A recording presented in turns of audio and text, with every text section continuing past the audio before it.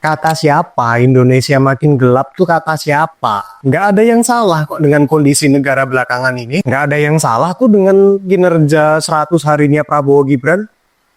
Semuanya berjalan lancar, rakyat makin sejahtera, semuanya kecukupan, apalagi ditambah dengan adanya program makan siang gratis. Gue sangat setuju dengan program ini, karena di beberapa negara maju pun juga sudah diberlakukan program yang serupa. Dan di luar sana banyak sekali anak-anak dari keluarga yang nggak mampu, datang ke sekolah nggak sarapan, nggak bawa uang saku, yang biasanya nahan lapar dari jam 7 pagi sampai jam 2 siang, tapi sangat terbantu dengan adanya program makan siang gratis ini. Dan itulah kenapa gue setuju sekali dengan program ini awalnya. Tapi ketika pada akhirnya pelaksanaan program ini memaksa negara untuk melakukan efisiensi besar-besaran, ini yang jadi masalah besar, Pak. Karena ternyata dampak dari efisiensi anggaran yang ngawur ini menimbulkan tekanan yang luar biasa bagi teman-teman PNS. Pendapatan mereka berkurang, tunjangan kinerja dipotong, support system mereka dipotong, bahkan beasiswa ke luar negeri pun juga dipotong. Mereka nggak boleh ngidupin hasil lebih dari jam 4 sore. Dan yang lebih kasihan lagi teman-teman, ada banyak sekali pekerja kontrak dan honorer yang kehilangan pekerjaannya. Guru honorer, tenaga medis honorer, supir, petugas kebersihan,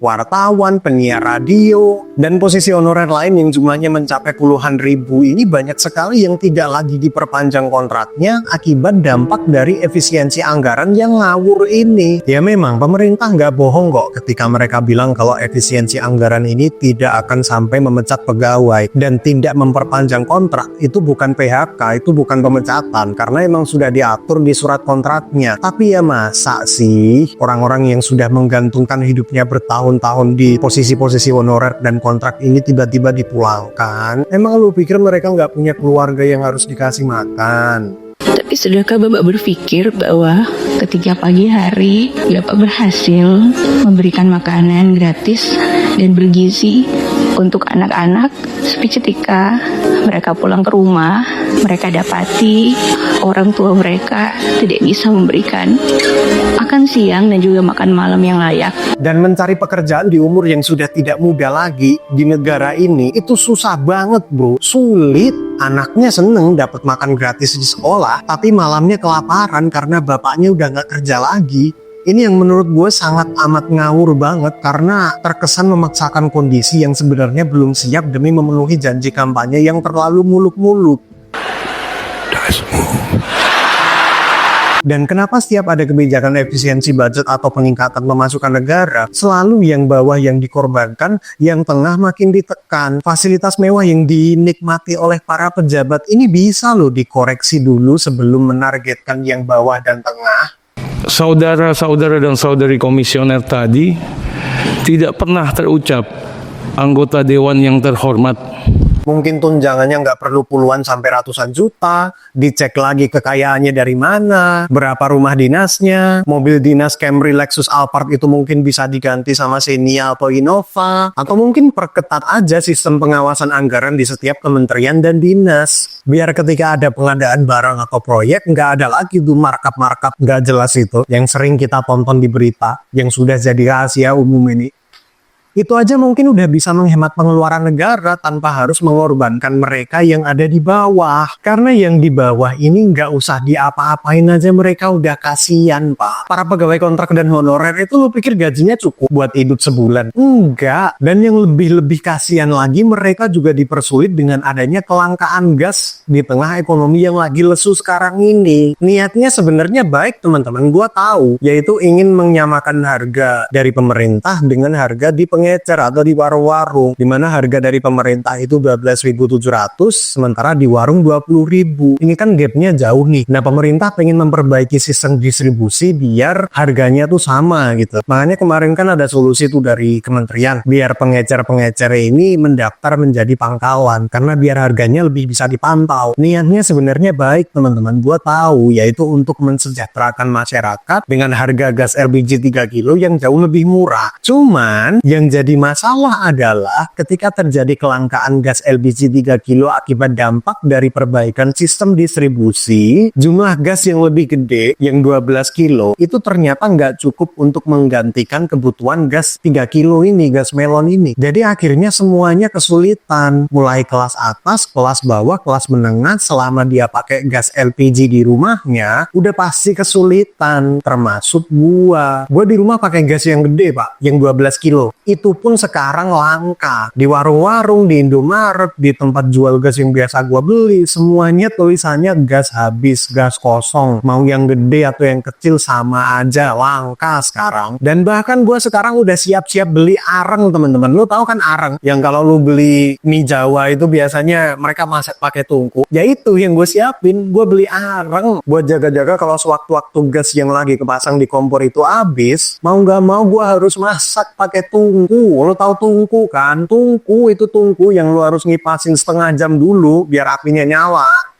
Ya inilah betapa mengerikannya inkompetensi pemerintah ya teman-teman. Bahkan ketika lo udah bekerja keras untuk mensejahterakan hidup lo aja, dengan keringat lo sendiri tentunya, hanya karena kebijakan yang mencela-mencela dan minim riset dan kajian ini, hidup lo akan tetap susah. Dulunya bilang oke gas, ya sekarang gasnya nggak ada.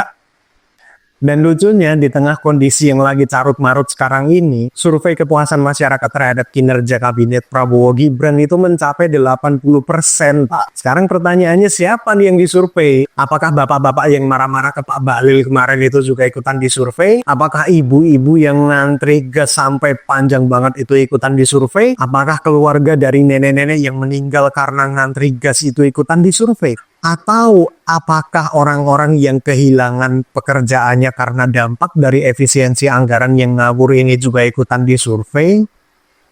Fun fact-nya teman-teman, presiden dengan survei kepuasan tertinggi sepanjang sejarah Indonesia adalah Soeharto. Dimana kita semua tahu kan akhir dari kekuasaannya ini seperti apa. Dan lucunya lagi teman-teman, survei kepuasan masyarakat terhadap pemerintah Soeharto ini pernah ditempatkan di urutan nomor 3. Dan apa yang terjadi?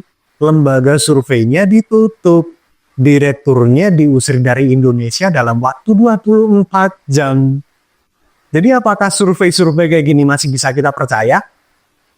Kelangkaan gas LPG di mana-mana, efisiensi anggaran yang membuat banyak orang kehilangan pekerjaannya, proyek IKN yang mulai kehabisan dana, makan siang gratis yang anggarannya dipaksakan, kesehatan dan pendidikan yang tidak lagi menjadi prioritas, militerisasi di berbagai ranah sipil. Belum lagi kondisi ekonomi yang makin lesu, perputaran uang semakin sedikit, banyak pengusaha yang gulung tikar, jualan pun sekarang lagi pada susah. Tanpa perlu survei-survei nggak jelas itu, semua yang kita lihat di sekitar kita ini sudah jelas sekali menunjukkan bahwa Indonesia sangat jauh dari kondisi baik-baik saja. Terus apa dong solusinya di tengah kondisi yang lagi sulit-sulitnya ini, yang lagi kacau-kacaunya ini? Nggak ada, Pak. Beneran nggak ada. Gue pun juga nggak tahu solusinya gimana, Pak. Karena gue tidak dibayar untuk mencari solusi yang tidak pernah didengar. Ya terus tujuan gue bikin video ini apa dong kalau nggak ada solusinya, teman-teman? Gue bikin video ini tujuannya semata-mata hanya untuk menunjukkan respect yang setinggi-tingginya untuk teman-teman mahasiswa yang kemarin sudah berjuang menyuarakan keresahan masyarakat. Termasuk keresahan gue. Gue bikin video ini khusus untuk shout out kepada mereka yang udah mau untuk turun ke jalan, panas-panasan, bentrok sama polisi, disiram water cannon, ditembak gas air mata, hanya untuk menyuarakan keresahan dari golongan masyarakat yang selama ini tidak pernah didengar. Ya didengar sih, cuman pas pemilu doang. Padahal nggak salah loh kalau mereka memutuskan untuk pulang kuliah langsung balik ke kosan tidur-tiduran, itu nggak salah. Tapi mereka benar-benar memilih jalan yang sulit hanya demi menyuarakan golongan masyarakat bawah yang sekarang lagi digencet habis-habisan. Gue bener-bener angkat topi setinggi-tingginya buat kalian, mungkin salah satu dari kalian yang nonton ini. Gue respect ke kalian. Gue akuin lu keren teman-teman, karena meresikokan diri sendiri demi memperjuangkan hak orang lain itu bukan jalan yang mudah.